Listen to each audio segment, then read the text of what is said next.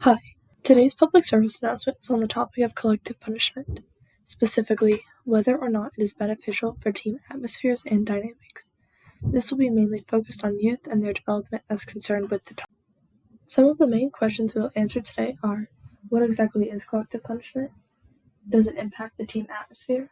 And if it does, is it in a positive or a negative way?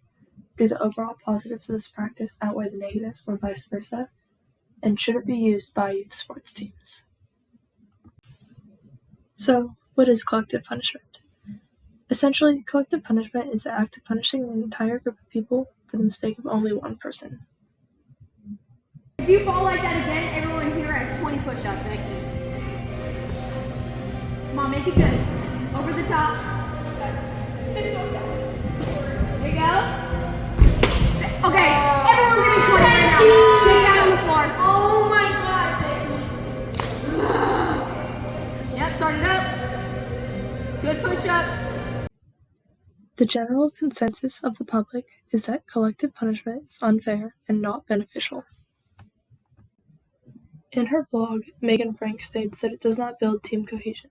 It rarely works to even hold the individual accountable for whatever he or she did. An anonymous parent expressed her belief in a gymnastics parent forum that the whole team receiving punishment because of one or two kids, that is a total no. She then describes it as a military strategy that is not for children. So, we've looked at what the general public's opinion is, but does the research agree? The majority of the studies done on this topic examined the opinions of different variations of punishments.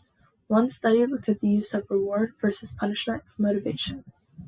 Florian Hein and Martin Strobel created two different environments, one where two teams competed against each other for a prize, and another where the two teams competed and the losing team was punished. They found that the reward produced higher levels of group contribution among team members.